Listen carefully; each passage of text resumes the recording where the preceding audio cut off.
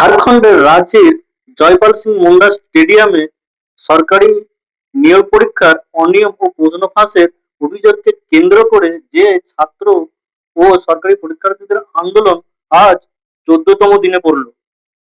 আন্দোলনকারীরা জিপিএসসির পরীক্ষা বাতিল ও পরীক্ষার অনিয়ম ও প্রশ্ন ফাঁসের তদন্ত করার দাবি করেছেন।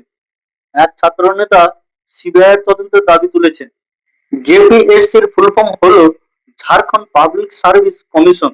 এটি ঝাড়খণ্ড সরকারের বিভিন্ন রাজ্য সরকারি পদে নিয়োগের জন্য পরীক্ষা ও নির্বাচন পরিচালনা করে থাকে।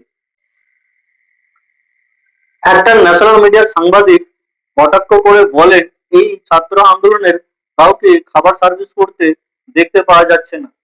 তারপরে মোহাম্মদ জুনেদকে ওই আন্দোলনে খাবার সার্ভিস করতে দেখতে পাওয়া যায়।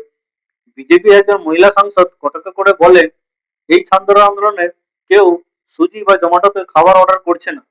আর তারপরেই সুজি বা জোম্যাটো থেকে খাবার আসতে থাকে। এই আন্দোলনে অংশগ্রহণ করার জন্য নেহা বোরাও রাঁচিতে গিয়ে পৌঁছায়। রাঁচিতে পদযাত্রা করার সময় এক ব্যক্তি তার মাথায় ও গায়ে কালির ছিটা লাগিয়ে দেয়। এটা একেবারে অনন্দনীয়। কোনো সভ্য সমাজ এটা মেনে নেবে না।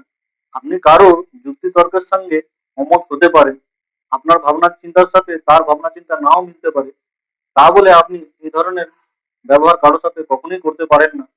এটা একেবারেই নিন্দনীয়। এই বিষয়ে আপনার কি মতামত তা কমেন্টে অবশ্যই জানাবেন।